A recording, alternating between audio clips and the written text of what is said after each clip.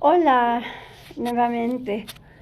El día de hoy voy a ser muy corta en mi exposición. Simplemente hoy, domingo 11 de junio, hace 8 días, se llevaron a cabo las elecciones en el Estado de México. Toda la semana ha habido publicaciones, obviamente, con respecto al triunfo de Morena, con respecto a que por fin expulsaron del Estado de México al PRI, se acabó el poder de Atlacomulco, etc. Y me viene una pregunta al respecto. Si hubiera perdido Morena, ¿qué hubieran hecho los de Morena? Porque cuando perdió López Obrador en el 2006 y se armó el escándalo del fraude y obligó a que se hiciera revisión de voto por voto, casualmente, ahora, ¿qué hubiera pasado si pierde Morena?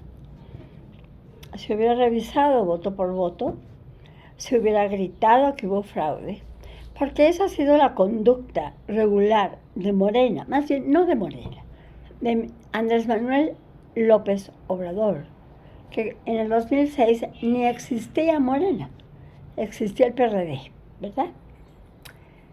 Y la pregunta es, realmente si se revisara voto por voto, se encontraría con que de veras ganó Delfina, porque en los periódicos hay una serie de información, los noticieros muestran otra, y lo que llega por las redes sociales es otra.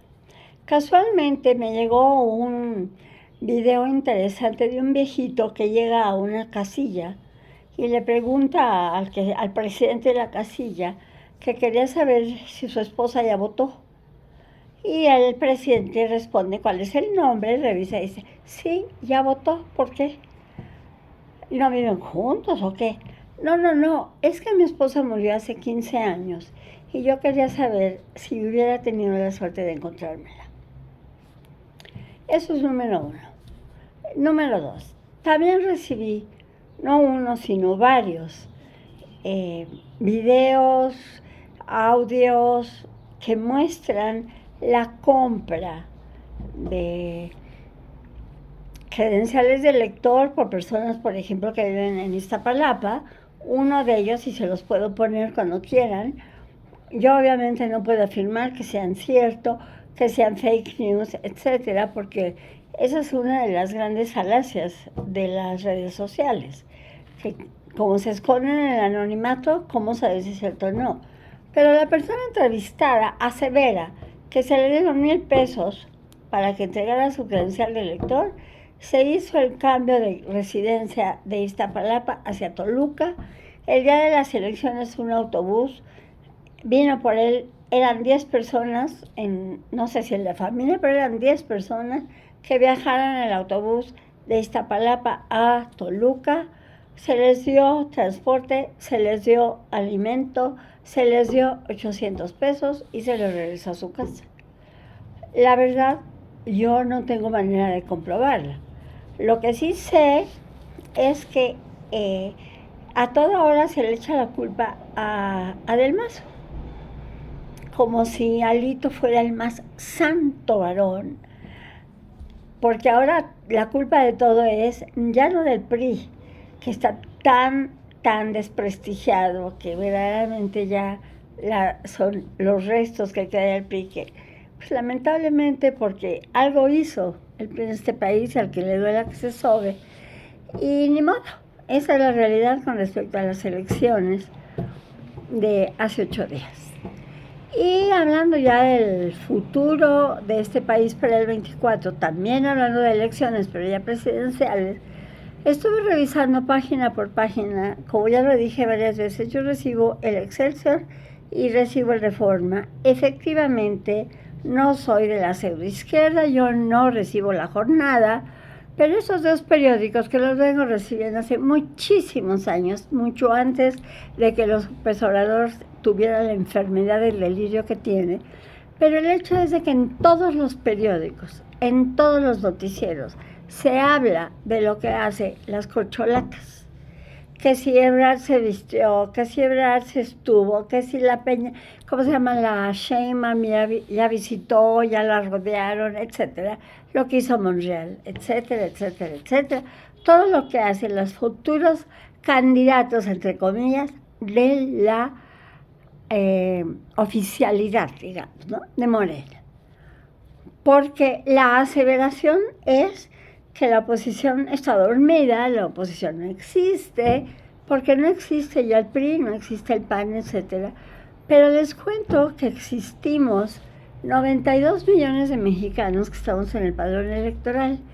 Y a mí me cabe la esperanza de que algunos de esos que están en el padrón electoral estén haciendo algo para llegar a un puesto importante, tal vez no a la presidencia, ojalá y así fuera, pero alguien ha mencionado o se ha preguntado durante toda la semana que se cacarea lo que hace la Sheinbaum, ¿alguien se ha preguntado qué hace Beatriz Paredes?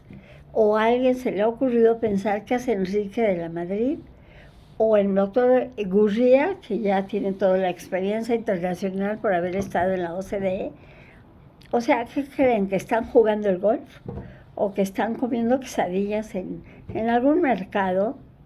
No, señores, están trabajando sin hacer el ruido que hacen las corcholatas, que ya el mismo término es tan denigrante, porque una corcholata se tira al piso y se pisa, se machaca con los pies. Esas son las corcholatas de Morena.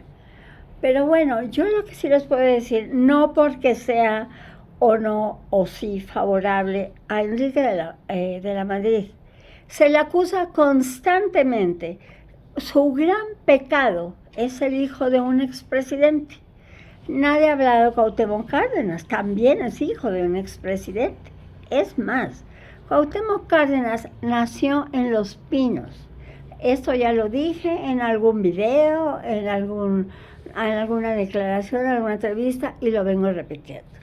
Lo que sí les puedo aseverar es que cada sábado de 11:15 a 11:30 de la noche en el canal 40, el señor Enrique de la Madrid entrevista a un emprendedor o empresario ya formal joven, que obviamente su empresa no es como la de Slim ni como la de Salinas Pliego, son personas jóvenes, yo calculo entre 35 y 45 años, que han tenido éxito en sus intentos de tener una empresa que no solamente le aporta recursos, sino que produce empleos para mexicanos. Porque, como ya lo dije varias veces, el señor López Obrador tiene un lenguaje muy pobre, muy chiquito. Yo creo que no sabe lo que quiere decir empleo, no sabe lo que quiere decir tener un ingreso. Él no tiene ingresos, él tiene lujos que le aportamos como presidente de la República, que cuando se le da la gana se viste de la investidura presidencial, que cuando se le da la gana se la quita y se siente un ciudadano más. No, papacito, un ciudadano más no vive en el Palacio Virreinal y no tiene 30,000 de la Guardia Nacional cuidándolo para no dejar entrar a alguien a que le pueda hacer ruido. Entonces, esos dos temas son los que me vinieron a la cabeza el día de hoy, y aquí se los presento. Piensen, las personas que desean llegar a la presidencia y que no están en Morena y que no son corcholatas, ¿están dormidos realmente en sus laureles o están haciendo la labor que sí se debe hacer sin tanta cacaraca, sin tanto ruido y sin tanta publicidad? Nos vemos pronto. Que la pasen bien.